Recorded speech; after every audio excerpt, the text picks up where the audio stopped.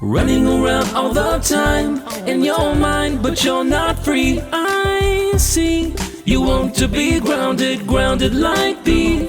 He is the vine and we are the branches. Understand that this is all about authority. You can be free, you can overcome. You can overcome. Up in heaven, angels dance 'cause they're free. Well, we have a small lineup tonight, but here we are at season 13, episode 10, and so let's get rolling on what God has planned for tonight.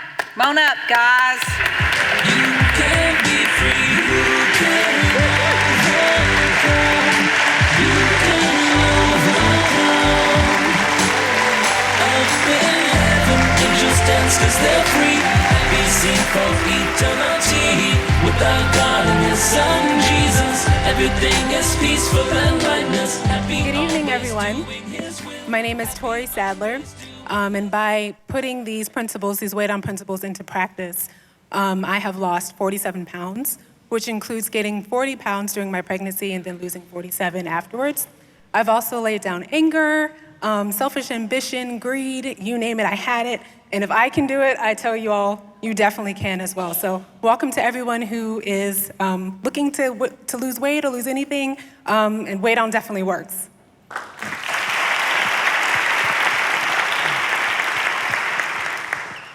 Hi, I'm Adam Wire, and through Way Down, I've lost 25 pounds of anger and greed and self-focus, and I just want to give all this glory to God.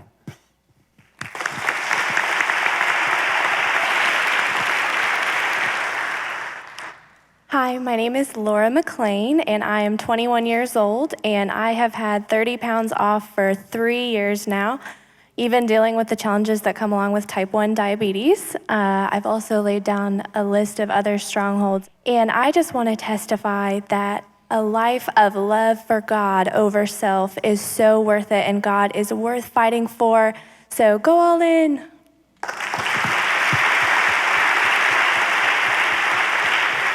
And my name is Josh Zinzaletta, and through Way Down, I've lost 65 pounds, as well as many other vices. I've had it all for 4 years now. Just want to, as you can clearly see up here, it doesn't matter if you're man or woman, if you're older or younger, where you're at geographically. What matters is that you have a heart for God, and if you have that, you can do this.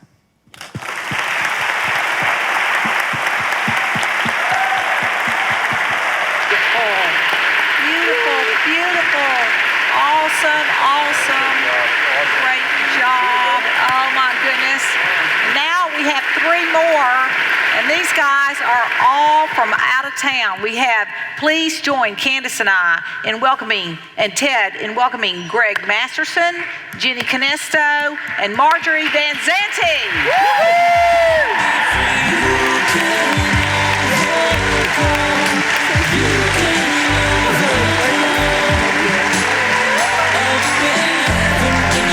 Cause they're free, be seen for eternity. With our God and His Son, Jesus, everything is peaceful and lightness. Awesome group, incredible group. We're going to start with the girls tonight, and Margery, we will start with you, and we want to hear your story. Okay. Well, my name is Margery VanZante, and I have lost 75 pounds. Woohoo! I first was introduced to Way Down through a family member, and I bought the Way Down diet book, and I lost 20 pounds. And then a similar story to I know that many experience is I had several pregnancies after that, gained it back, kind of forgot about it, really was so into my addiction that I didn't even want to pick up the book again, that it might tell me to eat less. A few years after that, we moved overseas, and we spent the next 13 years overseas. When we were packing up to move, even though I had not read the Way Down diet book in several years, probably 2 to 3, God just put it on my heart to pack that book, and that book went in a box and went in sea mail on some ship 6 weeks and arrived where we were living.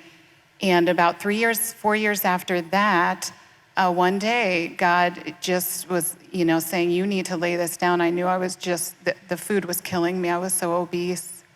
And I looked up, and right there on that shelf was the Way Down Diet book. So I picked it up and read it. And read hardly describes that. It devoured it. And that day, I started losing weight and consistently lost weight every single day. And then I read the Rise Above book, which I'd also brought along. And it was just absolutely transforming. Even though I had been in church my entire life, no one had taught me how to say no to myself. And that I had to deny myself. And the fruit of it, it was just amazing that I could just deny myself and the very next day have fruit. Either felt better, could sleep good, and was down another half a pound or whatever that was. I also, my whole life since I was a young child, struggled with depression, and it was growing and then developing into anxiety as well.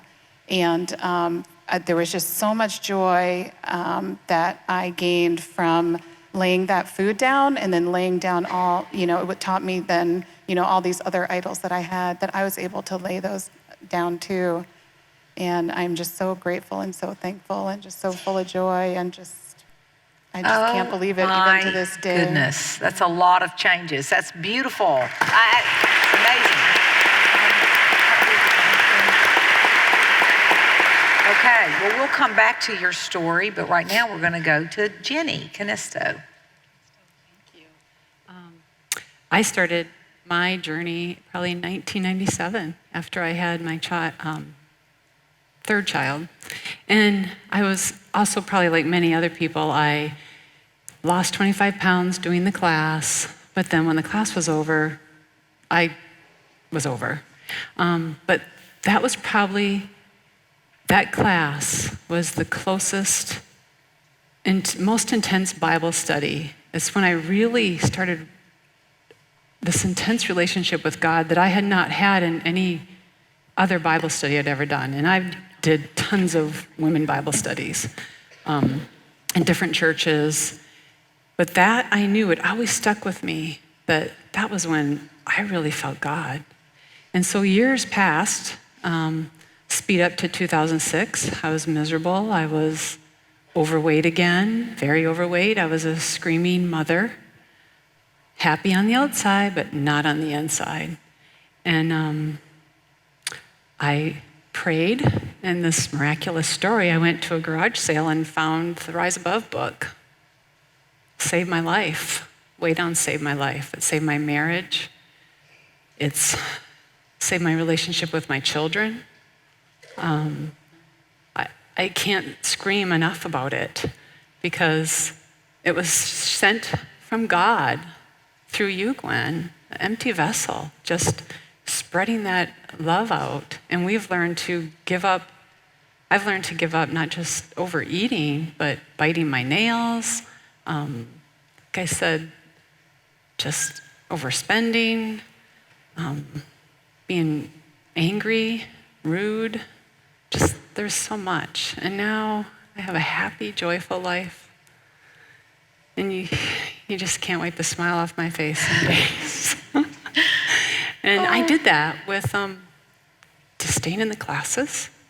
Way Down Access has been wonderful. I love the tablet, the History of the One True God, the love books. But what really got me is for years I was just happy in my new life. And, a little bit of weight started creeping back on. And I kind of sat with that extra 10, almost 15 pounds when I started realizing my pants are getting really tight again. It snuck up on me. God, I'm not putting you first anymore. And so I called in and I said, I need an accountability partner. And I need someone that's going to tell me like it is. And she has told me like it is, that God's got to be number one in everything. And I'm stressed out at work, go to God. And he just makes everything peaceful. praise God for accountability partners because I love her very much. She has made me toe the line to loving God first. The church, everybody, the whole thing works together. Yes. For the good. So that is beautiful. What a beautiful testimony. Isn't that beautiful? It's right, it's spoken, it's beautiful.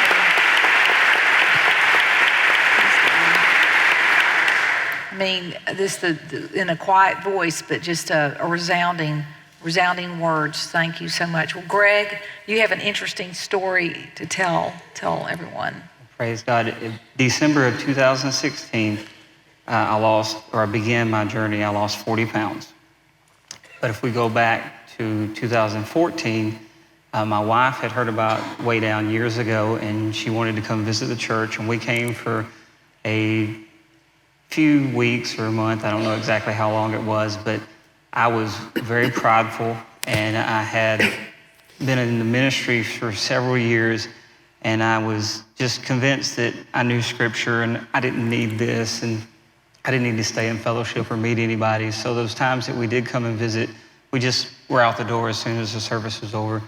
And shortly after that, we went back into full-time ministry. We ended up going, traveling all the way down into Alabama and then over to West Virginia and then to East Tennessee doing different types of ministry jobs. Fast forward to when the weight loss began.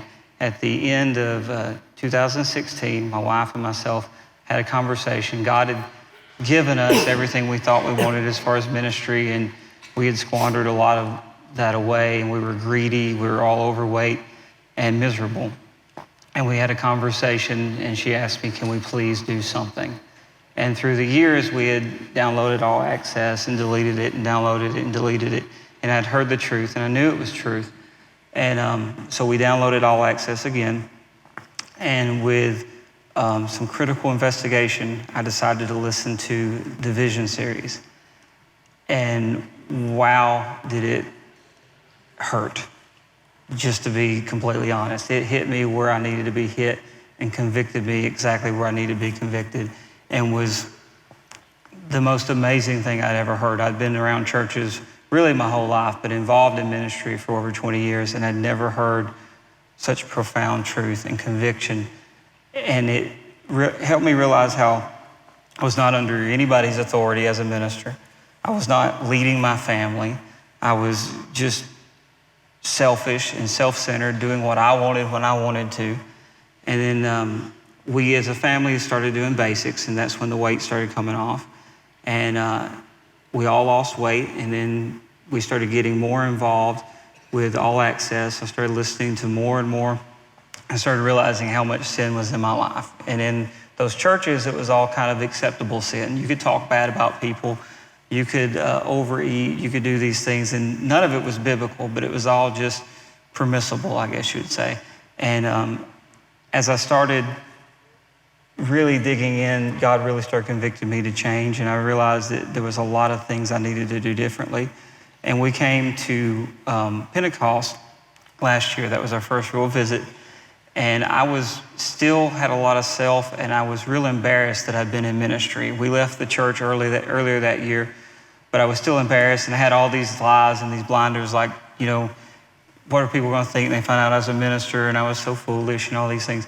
And right off, we sat down next to some people that they asked us where we're from, and we started talking to them, and that subject come up, and they went and found 2 or 3 other ministers real quick that come and told me that I used to be in the ministry too. Absolutely, but it really was. It was one of those things that I was nervous about for no reason, that, you know, my eyes were blinded, and I realized real quickly that I wasn't alone.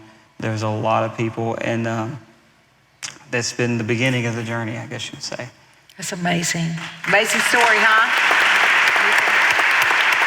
Awesome. Well, 40 pounds, did you say? 65. 65, 75. Of course, Candace and Ted around 50 each, something like that. 50 to 100 and some, 100 yeah. Okay. So, and of course, my own personal testimony, you know, of 200 pounds. I'm sorry, it was 25 pounds. But, But anyway, so, okay, now, the thing is that we're here at Passover, right? Okay, and for those that don't know the story that ties totally in to Jesus' death and burial and resurrection, but here just by Friday night will be a big full moon.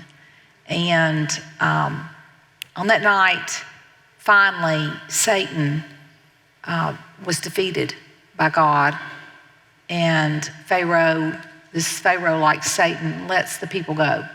So they exit out, and then, of course, the enemy comes back to get them again and goes back after them when he realizes, because humans are battery packs, and losing your battery pack when you're not connected to the mainframe computer or the mainframe of all electricity, you've got to have a battery pack. And so for Satan and for, false ministers, then, and I'm not going to put you in that category, because, there's people that are doing it for God, and then, you got your Paul. He was out doing what he needed to do, evangelizing for Judaism, and then God comes to him and he has this revelation. And then he turns. Well, your heart was the good soil, everything about you, and everybody else that's been, and a lot of people consider themselves in the ministry. They teach one Bible class and they consider them, we're all ministers to a certain extent. And, God has set us free from the old system and where Satan has gotten into religion. Because where else would he go? Where would you go if you were Satan? You would go toward, you've already got the people that are completely wasted, right?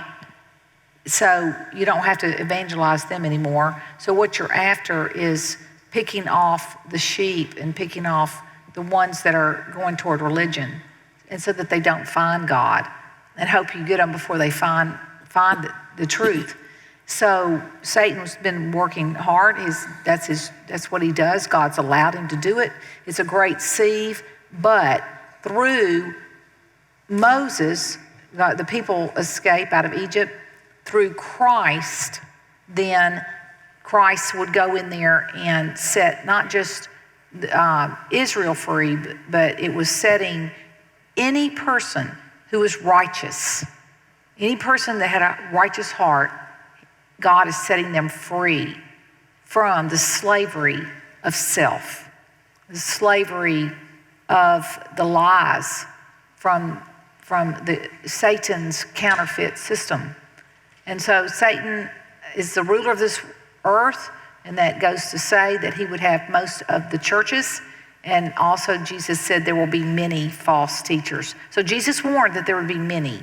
And so if there's many, why be surprised that most of them, mainstream, would be included? So to escape that, and we all feel that way, do we not? Mm-hmm. And this church started and escaped that in 1999, and when God called me, and then I talked to the children, and they were all in, and then I went to the Martin family, and so there were 8 of us, and it happened to be, as we looked back on it, right at Passover, when everything started and we got out, and we thought nobody would notice. There was just 8 of us, and so why would anybody care?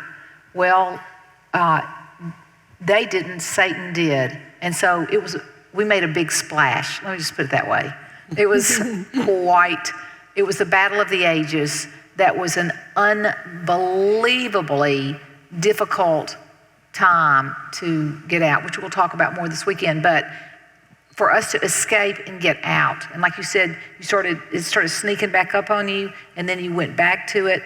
But so, practically speaking, to help people that are trying to get out. They're trying to lose their weight. And then they find themselves where Paul was in the 7th chapter, and he says, that I would do, I don't do, and that I want to do, I don't. He got the whole thing that I'm trying to do it right, but I'm not doing it. Who's going to rescue me? Who's going to rescue me from this body of death? Because, I try to lose weight and all I do is gain. So what is it? What is it? Here you're talking about a row of people that found that something. And what is that something? Why is it that the very time you get geared up and I'm going to do this, you don't do it? So we're going to talk about that because it's a piece of the puzzle of the Exodus. And so anybody whoever wants to start, if we can quickly go through our points, maybe quickly, and then we can go back around and grab some more. So just kind of in a few words, some of the basics of the basics that have helped you all. The first thing you taught, one of the first things I remember you teaching was how intimate God wanted a relationship with us and how much he loved us and how clear you made it. Specifically when I started was for food. That was the first thing that was addressed, and to realize that God was so closely involved in my everyday and how close it was, instead of this distant God that was kind of there and you prayed to him and you thought you were doing things right or whatever, but you were definitely missing something, because I was 55 pounds heavier than I was now. And so learning that I can exchange, that I can go to God, and it was the all. It was definitely the all. It wasn't like, hey, if you mess up, you can exchange a couple of points tomorrow and do it, do it this way and do it that way. But if you love God, you will obey him. If you love me, you will obey me. But not knowing what that meant, especially with greed at that point and a lot of other things. But specifically knowing that God made our bodies, perfectly, and that he lets us know when we're hungry. And if you wait on him, and if you're praying and you get tapped into him, not only will you lose weight, and not only will so many other areas of your life will change, but your eyes open up and your heart changes, and the way you look at things the way you look at food and all created things and money and everything that would call us at one point in our life. It paled so far in comparison to when you make that connection to God and you feel his love, you feel that spirit connection, and you feel his pleasure as he gives you a happy and all the different things that you were teaching us to run after.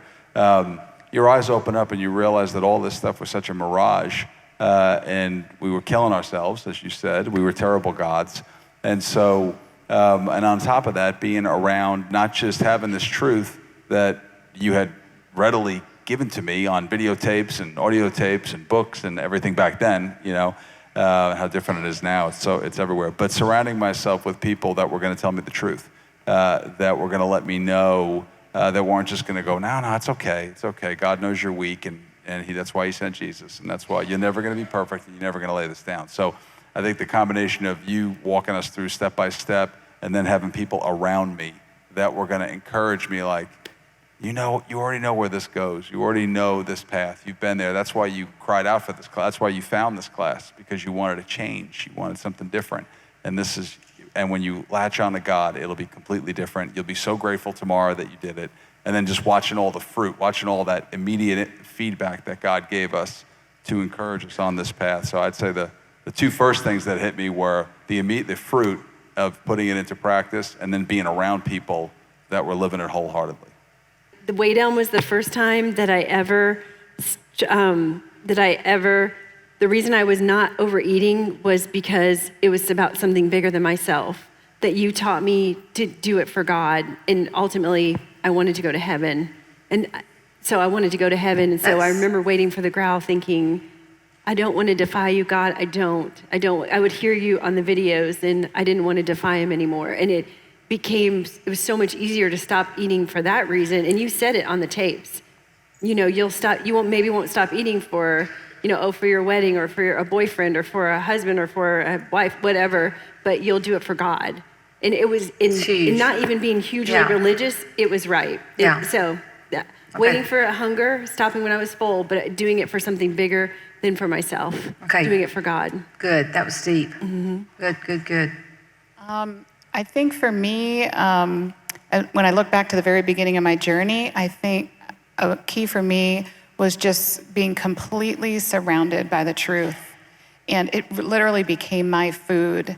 And even though I was overseas and, there wasn't, I didn't, have any local or whatever, but I was just reading the book, and then I would go through all the verses that were listed in there and read those, and I'd have them on cards around the house, and every chance I got, go on to the website and read the testimonies. That's what I just love to do, and I would read them over and over and over, and I'd find something to mimic that day. Maybe they said, some little tip of, or they cut their food in half, or they shared with someone. I would think, oh, that's a great idea. So whatever new tip, and just apply that.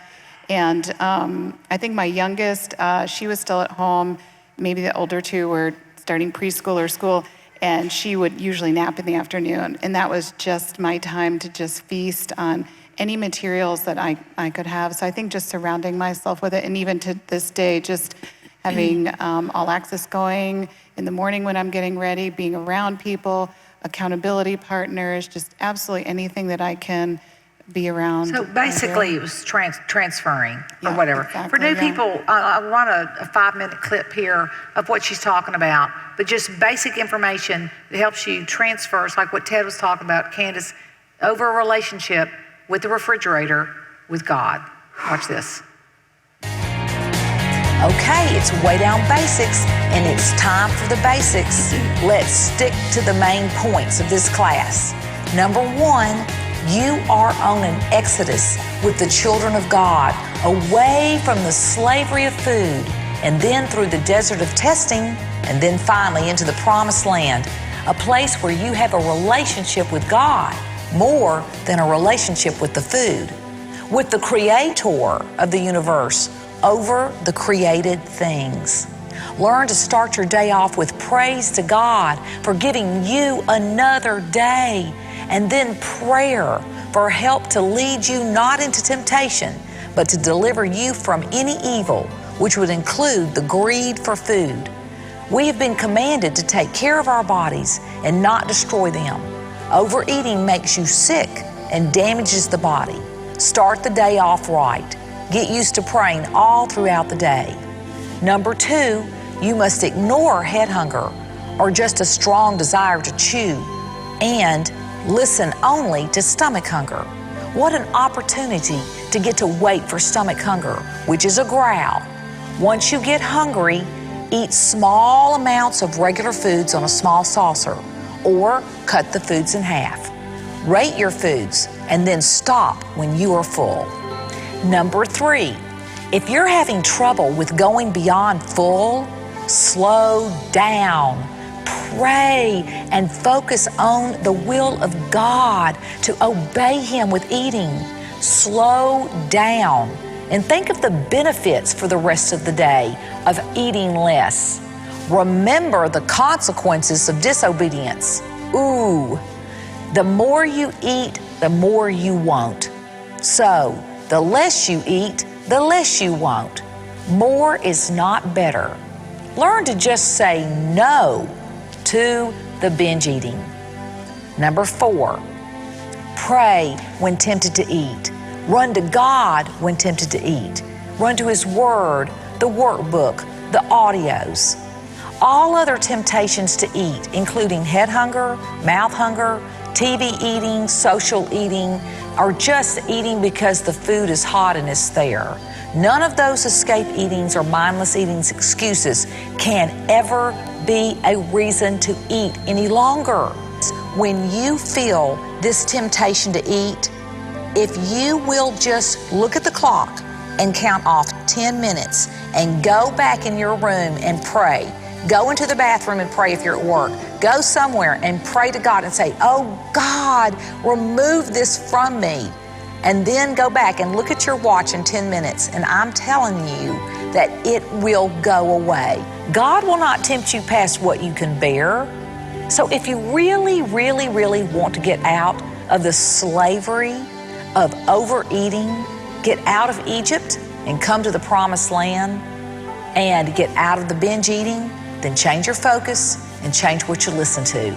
If you change your focus, you'll change your desires. And finally, number 5, the transfer from being enslaved to food and then to worshiping God is life-changing. And it's amazing. The blessings are countless. It's awesome to just use food for energy and not indulgence. Instead of eating, run to your God, to your Creator, to your Heavenly Father to fill and fulfill your mind and your time and your life. The smaller volume of food will make you feel so much better, and it'll give you so much more energy for this new life. And God can do so much better than a binge of food. Eventually, you know what? You're going to transfer this desire to eat over to a relationship with God, which is so much more fun, and the temptation to eat is going to disappear. So don't give up. Temptations and spiritual warfare are from God for a purpose. Stay awake and expect it. This is just a part of the journey of life, to see if you love the Creator more than the created.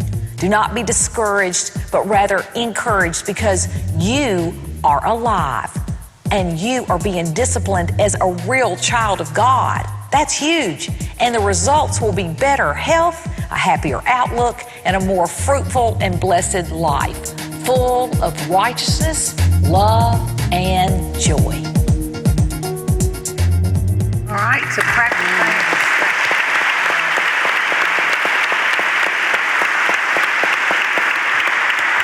Okay, we start, and Genny, please, some more practical basic points that helped you personally. There's so many good ones that have been said already, but pick out your favorite. My favorite is making sure that I put that point into practice of making the time to read my Bible, to listen to All Access, to spend time with God. Yeah, I had to spend time with God. I have to, I feel like that was one of the biggest things, is take that time. He gives back. If you think you got to be there and you got to be here and you got all these things to do, but if you take just even 10 minutes and spend that with God first, He gives back hours worth of work. Yeah. Amen. Perfect. Well said. Perfect. These points are awesome. Just echoing what everybody else said, a lot of it was the focus and putting it into practice. For me, there was a few key things that you said, like in the vision series, and I don't know exactly how it was worded, but basically the addiction of overindulgence. And that really hurt me when I realized that I was my own God. Instead of putting God first, I was doing what I wanted to do. And there was another thing in advance where you talked about our chips and our TV, our chips and our time. And that really offended me. It hurt my feelings so bad, because I had been doing just that with exercise, with my music, with whatever I did. It was Greg time. You know, I prayed in the mornings and I went to church and I did these things, but I was still being the ruler of my time. And it really, in the greatest of ways, convicted me and hurt my feelings and made me want to change that behavior, because I knew that wasn't the way it was designed to be. And I knew scripture about denying ourselves, and I knew scripture, but I just wasn't putting it into practice. So I think the big thing was starting to put it into practice, listening to All Access. And then when I started meeting people here, was seeing the fruit and realizing that the lie of I can't do this, or any kind of entitlement of being a victim or feeling special or any of that stuff, really got shattered. And starting to recognize when I was being lied to in my head, and recognizing that one of the big practical things was just from the beginning cutting my meals in half or even in thirds. And I lost a lot of weight in the very beginning by just eating one piece of toast, which was wild for me because I used to eat large amounts of breakfast, and then changing that behavior altogether to where I didn't have to eat at certain times. I was one of those people that I thought I had to eat at this time every day. it was pretty much 11 o'clock every day was lunchtime. I was hungry or not, I was eating at 11 o'clock. And learning that that's not when my body was calling for food. If it did, I would eat. But if I would, and that has changed everything for me, is learning to be more sensitive to what my body is actually calling for. But all that rolled into everything else as far as when Greed Exposure come out this year and how we shop and just everything. So it's just the focus primarily. It's amazing. And in every single situation, it's affected all of your families. Like you said, your mom had lost over 100 pounds. Over 100 pounds. I mean, and your child, your family's lost, and all of our family's been affected by it, and that's beautiful. Okay, I would say of all of the lineups of the most important points, I mean, these were the most important. This was well done, wasn't it? Did they do a great job? Praise God. Awesome. Praise God. Thank you. They're very deep. Okay, and there still may be people out there, though, that say, well, how? How then? Okay, you transferred over, you spent more time, you did this, but that I want to do, I don't do, and that I don't want to do, I do. Oh, wretched man that I am, who's going to deliver me from this body of death? There's still that basic, and it's thanks be to Jesus Christ. And the whole concept is shaking your mind up and rethinking this. But we're talking about a group of people that did understand with Jesus Christ, and you give up, when you give up your will and you go for it, you pray, God, help me, not my will, but thine be done. So the prayer, and they're going for this transfer. I was spending time with the food. Now I'm going to spend more time in prayer. So everybody's saying the same thing, basically. And they're going into prayer, and now their thought process is, God, what do you want? How much do you want at this meal? Help me in the middle of the meal. So this prayer, which is you think is not going to be heard, and I want to tell everyone out there, everyone listening, I don't care who you are or what you think. I mean, the prayer is real. I mean, there were 5 just to get on this show in the last 2 hours. I mean, 5 prayers and 5 answers. And it's real. It's real. And that is a relationship. Someone who will talk to you, who talks to you, who cares? I mean, it's a world out there and it's a lot of people, but who even cares? And who pays attention to what you're saying? Well, God does, through Jesus Christ. And the prayer always has to be in his name, because God's glorifying Jesus, because he did it right.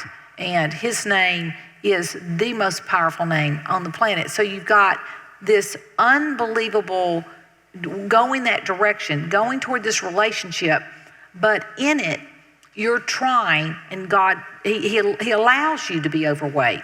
He gets you to recognize your weakness, that you need him. You need him, and he is your God, and he's the God of gods, and he's the Lord of lords, and he is the King of kings, and you need to tell him that, and you need to go to him, and you need to let him rescue you and let him deliver you. I mean, he's allowed you. He took them to Egypt. Then he let them get into slavery. And did you notice the pattern of everyone talking? And I found it in I found it in the early 1700s. I found it in the 90s, and then I put it down, and then the pride was there. And then I got sick of myself. You said your wife before we interviewed, and she said, we've got so much greed in this family. We've got to do something about it. It's not been happening. You've been in a ministry, but it isn't happening. Our family is greedy, and we're just getting worse. What are we going to do? So everybody had to come to the end of their rope. Everybody had to come to the end. Slavery. They were there for 430 years to the date. So if you've been enslaved, when you finally get sick of trying to do it yourself, because it's not about you doing it yourself. This is about you and God. This is about a relationship. This is about an incredible relationship, an appreciative relationship, a relationship where he's your hero, where he's your everything. And you need to tell him that. Oh God, you're the one that has rescued me from this slavery. And you're my hero. And you parted the Red Sea. And you got us onto the other side. And you pushed the enemies back. And you've defeated Satan. And through Christ showed you that path, that personal path, that where you go all the way through this Red Sea and through your own sacrifice of your own blood for God. It isn't about a sacrifice for a sacrifice. It's not about slitting the throats of an animal and sacrificing. God just wants to see something like that. It's not about that. It's about a sacrifice for a relationship. You're missing everything. You're missing the whole point of this. I mean, he is personal, and he does provide a way of escape. If you look in the 1 Corinthians 10, no temptation has seized you except what is common to man. And God is faithful. He will not let you be tempted beyond what you can bear. But when you are tempted, he will also provide a way out so that you can stand up under it. Well, he's the one that's setting up the test, and then he's the one that's providing the way out, and he's the one that's not going to let you go too far, because it isn't about you going too far or being too tempted. It's about you turning to him. It's about you turning to him and then thanking him. What are we doing? This isn't about just a Passover, just to get out of slavery. This is a Passover to get us to the promised land, everybody. We're going to be with God. And if you miss that point, then you've missed the whole point. I mean, it isn't about your weight loss. It's about a relationship. And you'll know when you're getting it because you're talking to him more. And then you can even pray like Lord, let one piece of toast fill me up. Or let this one glass of wine feel better than, 3 glasses of wine, or whatever you want to pray. Pray. It's about a relationship. It isn't about your weight loss, it's about a relationship. What did you do for a relationship today? What did you do? What did you do? Did you crawl out of bed and get on your knees? I did, because I need him, and I want him, and I want to please him. And I can get self-focused like the rest of you. I mean, I could give you, 500 reasons right now why I should be the victim and I should be the one that is self-focused and really just focusing on myself. But the fact is, through prayer, God can get you out, and God can get you back in to a relationship. And what is better than a relationship with the richest, the most powerful, the best looking, the most incredibly unbelievable God of the universe? You tell me, what is better than having the financier of financiers as your God, and you are living this life to die to see his face? So this exodus that Christ took, it's another whole level. The Israelites were left in under the shadow of the things that were to come. It was a guardian that kept them in, so that when they grew up and got more mature, people will not give you their inheritance and they'll put it in a trust fund. But then when you become of age, when you're really ready to handle it, then you get your inheritance. All of this is in Ephesians 4. So I didn't come up with this, but the fact is that once you become of age, then you are capable then of being an adult spiritually, where the Spirit is inside of you. And so you're training up. When your stomach growls, you eat. When it says stop, you stop. Stomach growls again, you eat. Stomach stop, you stop. There's a spirit. There's a spirit. And the fruit of the Spirit, love, joy, peace, patience, kindness, goodness, gentleness, faithfulness, all that. But what's the last one? Self-control. Oh, wretched man that I am. That I don't want to do, I do. That I do want to do, I don't do. Who's going to save me? When you get mature enough, this Spirit, this Christ, this salvation, people can go celebrate Easter and resurrection all they want, but until you have that seed, but they were hungry for it, they knew they needed it, they sought after it, and then they didn't just do it one time. They are going back to it, and they're listening to it again because it's like food. Why do you go back to the refrigerator and eat again? You just ate yesterday. You just ate this morning. Why are you going to eat tonight? It's because it dissipates, it gets digested, it gets used. Now you need more food. All access is just more food. It's just more food. And you can't just stop eating. You'll die spiritually.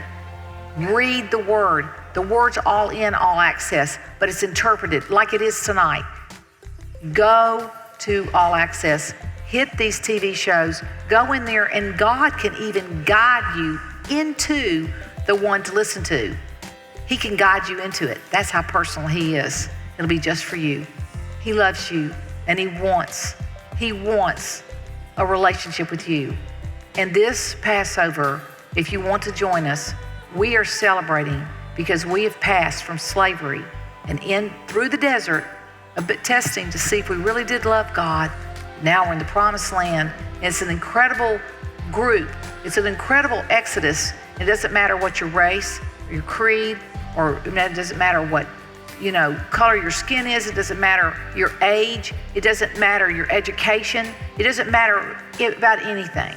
If you want to join this incredible group that is exiting out of Egypt, then come along, come join us, and you'll find for yourself that God is amazing. He loves you, and you can do it too.